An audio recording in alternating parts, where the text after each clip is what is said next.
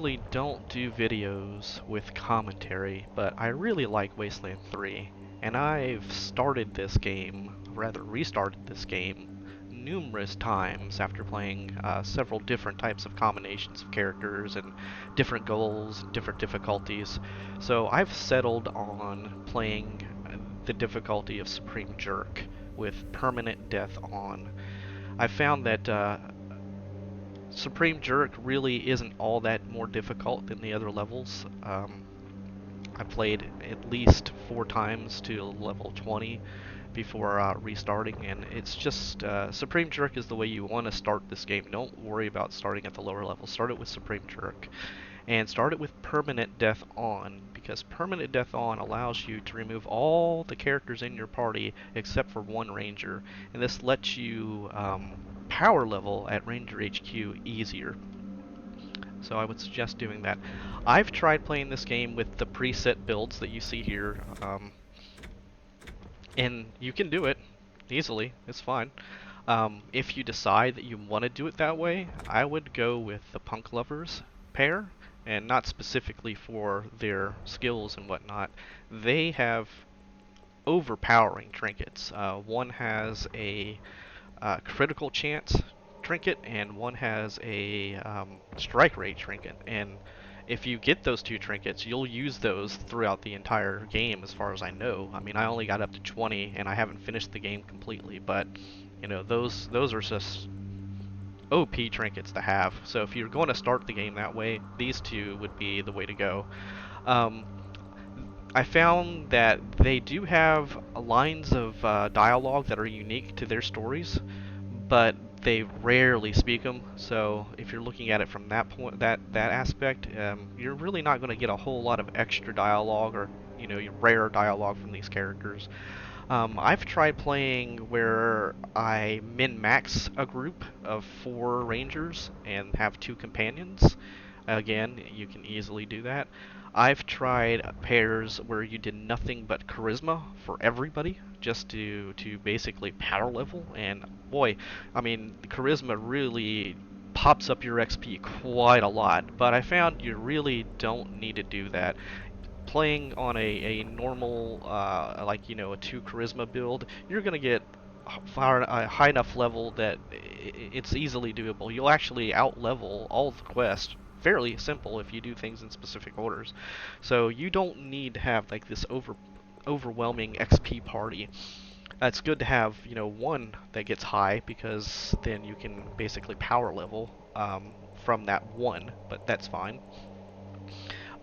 So what I found is I would rather listen to the commentary and the dialogue of all the companions in the game, and get their stories and listen to what they have to say.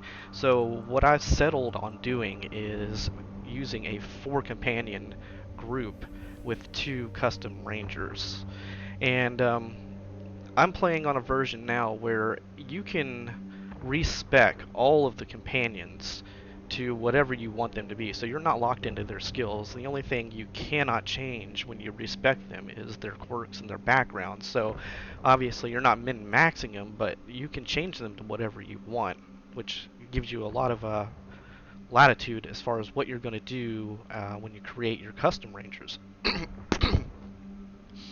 So moving on, I'm going to create this build specifically for convenience. You'll see a lot of guides out there that say build a mule character and leave him in Ranger HQ. And this mule character has armor modding, weapon modding, barter, and the prospector quirk, which you can do, and I've done. I actually followed that, and I have played that build, and what I found is it's absolutely 100% annoying to have to pull that character out and run around and buy and sell and dig up the diggables with the prospector trait, and to add your mods whenever you want to. You got to go get him from Ranger HQ. It's just, for convenience, it's bad. I mean, it's just not convenient to do that, and I'm not min-maxing this now. I played the min-max thing, and you just don't need to min-max. So I'm going to create this pair, the 2 rangers you have, for convenience. So moving on. The first one is going to be a sniper. It's going to be a sneaky sniper, so this is going to be the person that generally I'm going to open up combat with. We're in it now. You start. This is New targets. They see us. So as far as the background goes on the snipers, you can go with Goat Killer or Raider Hater. Those two are really the only two viable backgrounds for a sniper. There are a lot of human enemies in the game, so having a bonus damage to humans at plus 10% is nice.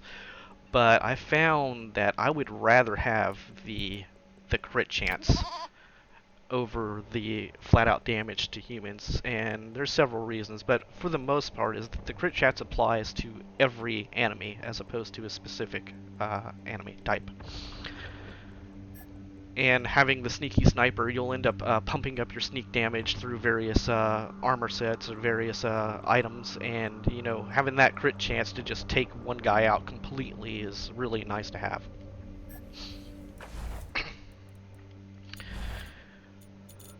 As far as this part goes, it's just preference, but I try to pick the character facial expressions that match the actual photo that I select.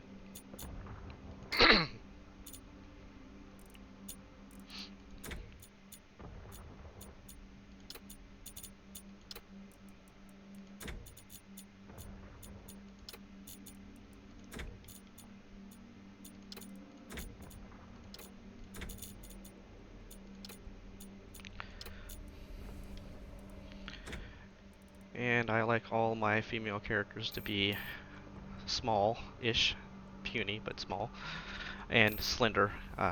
No fatty. I like slender females. Does not really matter what you start out with. As far as the quirk goes, you'll see that some people go with Death Wish, which is perfectly viable. You do not get any armor. You can't wear the armor, rather. But I found that that's unfulfilling to me. I like having slots filled. You know, I have armor slots available to me. I want to use them. I don't want to not have anything there the entire game other than a costume set. So, you know, I don't like that. And if I were min-maxing, I would still go with sadomasochist. If I were min-maxing over Death Wish, simply so that I could wear the armor and use those slots. But for convenience sake, I'm going with Prospector. This is going to be the person, again, my sniper is going to basically lockpick everything. They're going to pick up everything. They're going to dig up everything. They're going to be the key point of everything that I do. So I want Prospector on this character so I can go through every zone once and dig it out, and that'll be the end of it. As far as prospecting goes, you end up getting 3 types of valuables from diggables. It's a rare chance, but if you save scum, you can basically ensure you get something out of each one every time you do it. So there are 3 things that you can get. You can get gold nuggets, gold hunks, and gold bars. Gold bars are significantly more valuable than the others. I found throughout my playthrough so far is that I spend a lot of money on a lot of things. You know, weapons, you name it, armor, I just spend money. So I like having a lot of money in the game, and Prospector is easily the best way to get the most amount of money available in the game. So again, min-maxing, this is terrible, but this is not min-maxing, this is convenience. Tributes. As far as the tributes go, intelligence and charisma are absolutely OP in this game. They really are. And if you really wanted to go and do an XP party, you would just bump up charisma and, you know, but I found it's just not necessary. You level up so much as it is that you don't need to level any faster.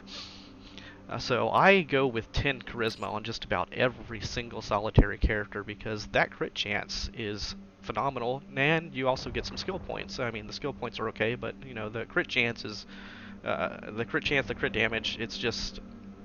It's by far the best stat in the game. Snipers do not need speed. She won't need strength that much, but there are armor sets that she's going to need to use for strength, so we'll get that up later. She's going to be a luck build, I found. In addition to what the luck stat gives you, I mean, it gives you tons of shit.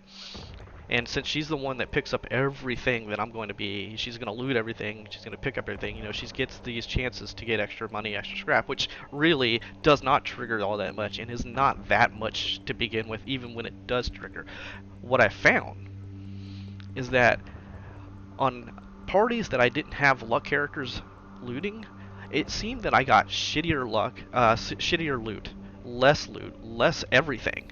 I'm not just on scrap and money, like everything. It seems like for me and my playthroughs that luck really affected other things that are not listed on this stat. As far as looting goes, I ended up getting a lot more shit by having a character loot with 10 luck. So she's gonna be my luck character, and she's gonna loot everything. So I'm going to level up coordination and luck together. And the reason I'm leaving intelligence down here right now is because when you first start the game, you get a hat that gives you +1 to each stat. So I'll max that out at some other point in time. 2 strength simply to get the extra con per level, and she's also going to have to get to 4 anyway for armor, so you're not wasting that. And as far as strike rate goes, you know, there are calculations out there that you can look at, but basically, having two charisma is, you know, maxing your strike rate for if you're not going to be placing any more on charisma. You don't want to leave it at 1. At least get it to 2. So this is what she'll look like starting. We'll max out intelligence later. The coordination and luck will be maxed. Strength will be at least 4, and then, and only then, will I start working on awareness. As far as strike rate goes for snipers, it's not really all that important. Although their strike attack is very formidable, but it's just not important to have over the other stats. So she's going to be my lockpicker, but she's my sniper rifle, and she's going to be the sneaky sniper, and she's going to be my lockpicker, and that's pretty much all we're going to do with her for the most part right off the bat. Later, I plan on putting her as my armor modder.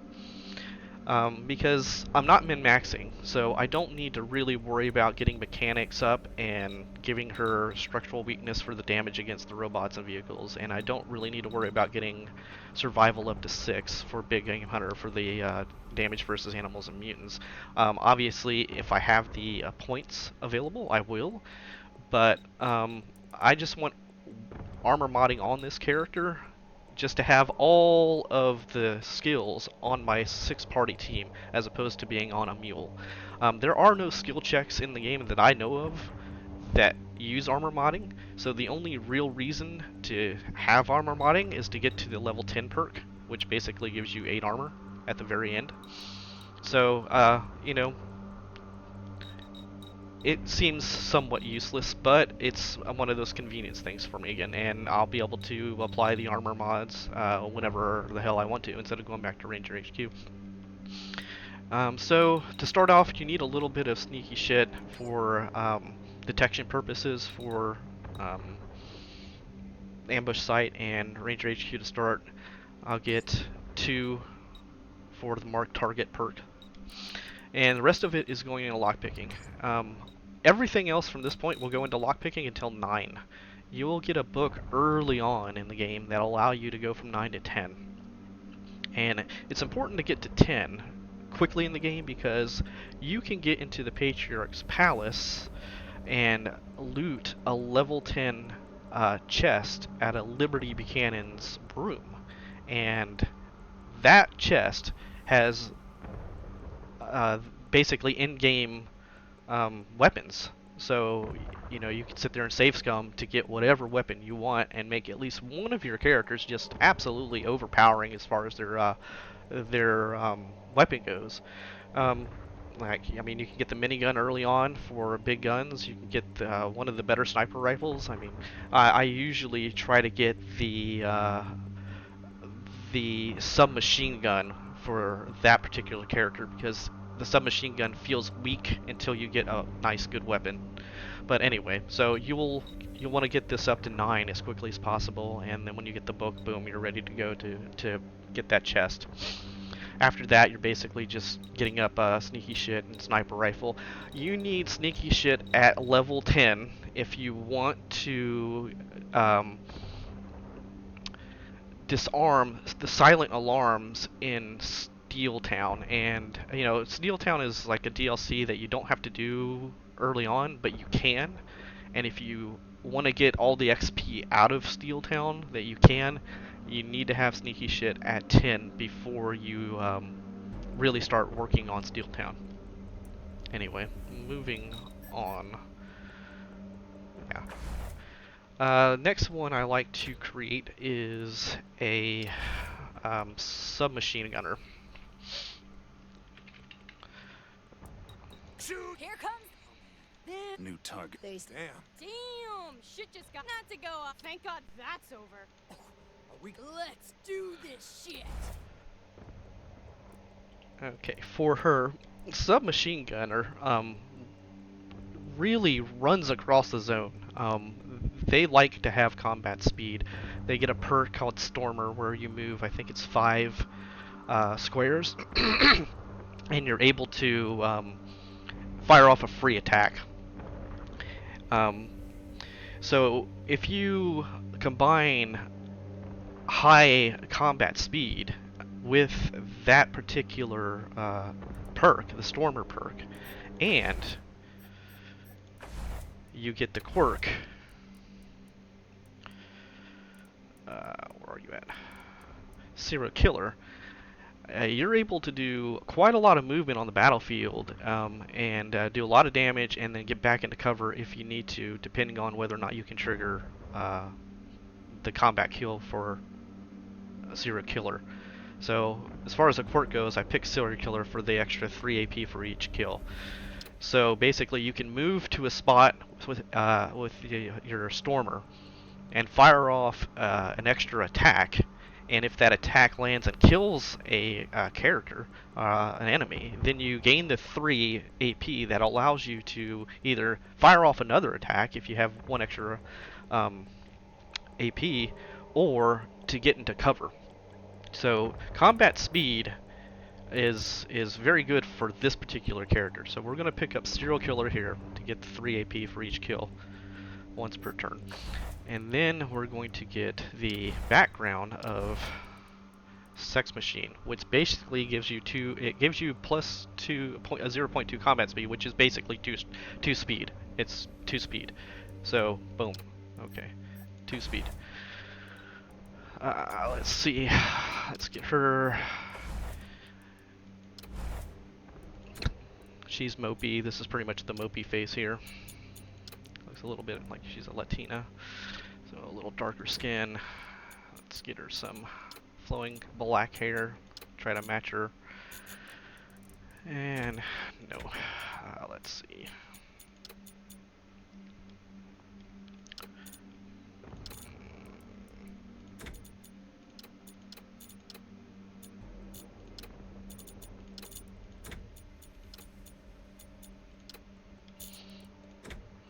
Again, all female characters, small, slender.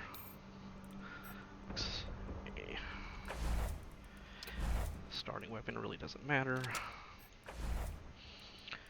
Again, for her, again, intelligence is by far the way to go.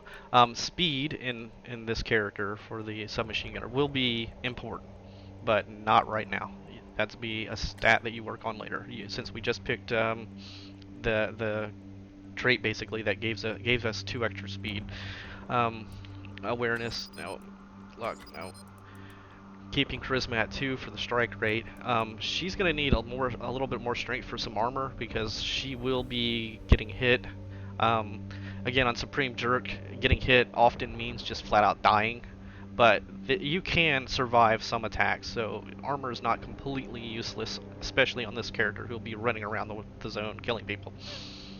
Um, Coordination is absolutely important on her. Luck really would be great for every single solitary character, but you know, for a lot of them, you need to have other things going on before you even mess around with luck. So I wouldn't mess with luck on this one. Um, Go ahead and pop strength up because we're going to actually max out intelligence here. Let's get that done. Okay. So strength, you know, she's probably going to get around 4 or 5 strength later on. Maxing out coordination. Um, Charisma, I may work on her to max out for her strike rate, but I might go ahead and do awareness above that. I'm not real sure how I'm going to do that yet. As far as her skills, again, this is a convenience-based build. So I'm going to make her my barterer.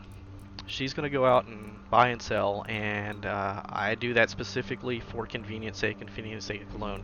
Early on, the submachine gunner really is not that good of a character because the weapon simply doesn't do enough damage, and it's not really a great weapon. So I start her out with the ability to do rally. So I give her leadership 3, and I start her out with the ability to um, mark targets. So she's going to be using the submachine gun. So this, she's also going to be my main mechanic character. So she'll be doing all the mechanic checks, which will get a significant amount of XP on this character. You need 3 mechanics to start out with in order to pass a skill check in Ranger HQ. So you want to pick that up.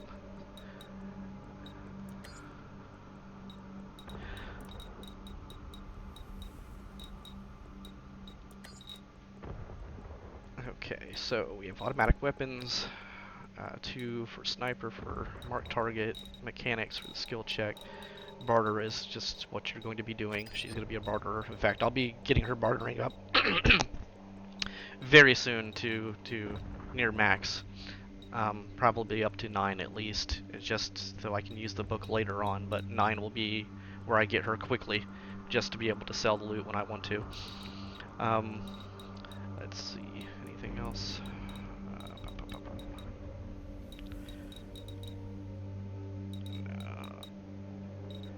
So she'll be doing rallies to begin with, and marking targets to begin with for the most part, and throwing down consumables for mechanics.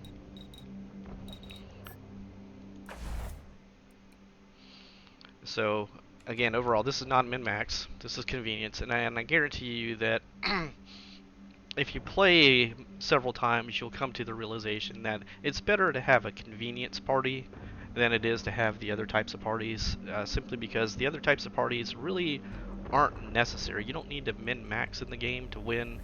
You don't need to build a party around one single DPS player and basically support the DPS player. You could do a party specifically to do every single skill check available in the game. Again, that really gimps you out, but it is possible to do. But for me, this is it. This is the convenient setup. I'm going to have my barterer. My barterer is going to be with me. My prospector is going to be with me. I'm going to have armor modding at 10 at some point so that I have that the 8 extra armor for every character. And one of my other characters will have weapon modding on them, and the reason again is because I want to have all of the skills within the party without having a mule, and weapon modding actually has 3 or 4 checks in the game for conversation points, so having that there's an extra bonus. So that's pretty much how I'm going to actually end playing. This is going to be my final group setup to play the game to the end after, like I said, starting at least 6 or 7 times playing this game up to level 20. This is the way I'm going to go. I'm going to get all the companion, basically companion speech and dialogue options that I can to see what they have to say, and I'm going to make this party as convenient as possible for me so I don't have to keep going to Ranger HQ and getting a mule. Alright, thanks guys. Later.